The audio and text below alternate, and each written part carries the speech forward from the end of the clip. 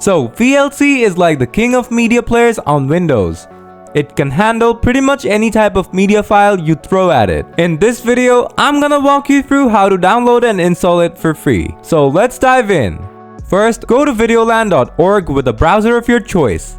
Don't worry, you can find this link in the video description below. Once the page loads, click on the download VLC button. Now, this page should come up, and after a while, the installer should start downloading. Once it's downloaded, click on the installer to open it. Then click on yes to give permission for installation. Next, select your language and hit that OK button. Then click on the next button from here. Now, the license agreement should come up. Just click the next button. After that, choose if you want a desktop shortcut or a start menu shortcut. And maybe pick some plugins too. Then just click the next button. Next, choose where you want to install the player. Once you're done, click on the install button and the player should start installing. After the process is complete, hit the finish button and VLC should open up. So that's it. That's how you download and install VLC Media Player in Windows 11 for free.